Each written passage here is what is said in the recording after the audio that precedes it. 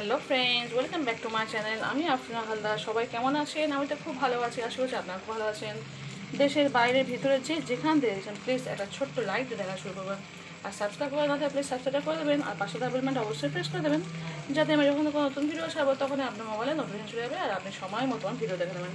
তো দেখতে পাচ্ছেন আজকে আমি কচুরমুখী দিয়ে আলু দিয়ে চিংড়ি মাছ রান্না করছি, একদম মাখো তরকারি করেছি। প্লিজ যেখান থেকে দেখছেন প্লিজ লাইকটা কন্টিনিউ অবশ্যই ফুল ওয়াচ করে দেখবেন। তো চলো কচুরমুখী দিয়ে আলু দিয়ে চিংড়ি মাছ কীভাবে রান্না করেছি দেখাচ্ছে, প্লিজ লাইকতে কন্টিনিউ।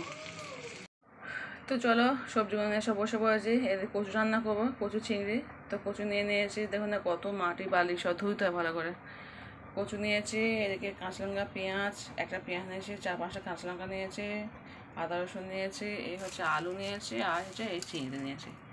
তো চিংড়ি বাছা হয়নি, চিংড়ি বাছতে হবে এখনও। তো চলুন সব সরঞ্জাম নিয়ে বসেছি, এবার এক করে সব কাজ করি। সবজিগুলো বেছে নিয়ে পরে আমি ফিরে আসছি। তো দেখতে পাচ্ছেন একটা বোলের মধ্যে আমি কচুকড়া দিয়ে দিয়েছি। প্রথমে কচুকড়া একটু ভাপিয়ে ফেলে দেবো আমি। তো চলুন একটু সেদ্ধ হোক, ততক্ষণ জল দিয়ে বসিয়ে দিয়েছে, সেদ্ধটা হোক পরে ফিরে আসছে।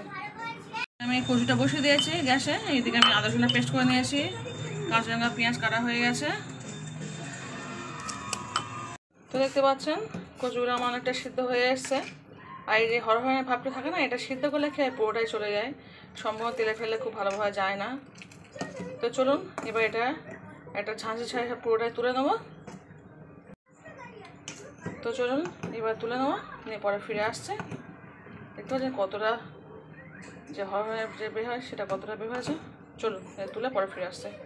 আচ্ছা, গ্যাসে কড়া বসিয়ে দিয়েছি, দিয়ে দিচ্ছি সর্ষের তেল, দিয়ে দিলাম। তেলটা গরম হয়ে গেছে, তেলটা গরম হলে দিয়েছি অল্প করে কাঁচা গোটা জিরে। আপনারা চাইলে এখানে শুকনো লঙ্কা ইউজ করতে পারেন, কিন্তু খুব ঝাল হয়ে যাবে বলে আমি দিচ্ছি না।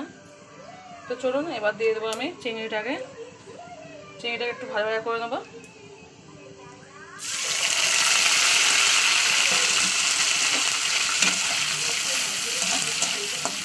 দিয়ে দিলাম চিংড়ি।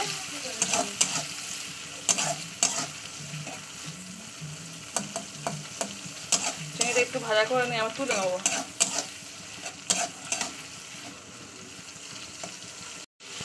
চিংড়ি দেওয়া হয়ে গেছে, এবার দিয়ে দেবো কাঁচা পেঁয়াজ। পেঁয়াজ দেওয়ার পরে আবার একটু নাড়বো।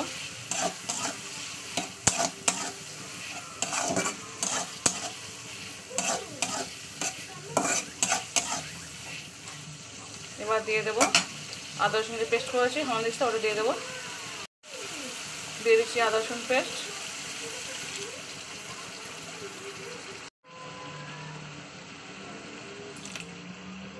দেওয়া হয়ে গেল। আদা রসুন পেস্টটা দেওয়ার পরে আমি আবার একটু কষিয়ে নেবো 1 মিনিট, খুব বেশিক্ষণ নয়, 1 মিনিট কষলেই হবে, শুধু জলটা ফোটার অপেক্ষায়। চলুন 1 মিনিট হয়ে গেছে আমার। আর কি দারুণ আদা রসুনটা পড়ার পর না চিংড়িতে কি দারুণ একটা স্মেল বের হচ্ছে। যাই হোক চলুন এবার দিয়ে দেবো আমি 1 চামচ লবণ, 1 চামচ হলুদ গুঁড়ো, দেখতে পাচ্ছেন দিয়ে দিচ্ছি। দিয়ে আবার একটু কষিয়ে নেবো 2 মিনিট ধরে। চলুন ফিরে আসছে পুরো 2 মিনিট পরে। চলো ফিরে এসছি পুরো 2 মিনিট পরে, দেখতে পাচ্ছেন পুরো মশলা আমার তেল ছেড়ে এসছে। চলুন এই পর্যায়ে আমি দিয়ে দেবো, আমি নিয়েছি 2টো আলু, একটু সরু সরু কেটে নিয়েছি, দেখতে পাচ্ছেন 2টো আলু নিয়েছি। আলুটা ভালো কষিয়ে নেবো। এই মশলার সঙ্গে আলুটা ভালো কষিয়ে নেবো।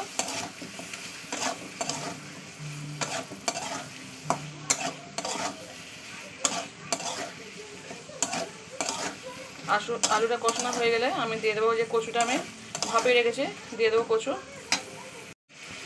চলুন দিয়ে দিচ্ছি কচু। এবার এটাকে দুটোকে একসঙ্গে এই মশলার সঙ্গে আমি কষাবো। একটু জল দিয়ে দেবো, অল্প একটু জল দিয়ে দেবো, নয়তো মশলা তলায় ধরে যাচ্ছে। কারণ এটা আমি 1 মিনিট ধরে কষাবো একটু মশলার সঙ্গে আলু আর কচুটাকে। চলুন দিয়ে দিচ্ছি অল্প পরিমাণ জল দিয়ে আমি এবার 1 মিনিট ধরে একটু কষিয়ে নেবো।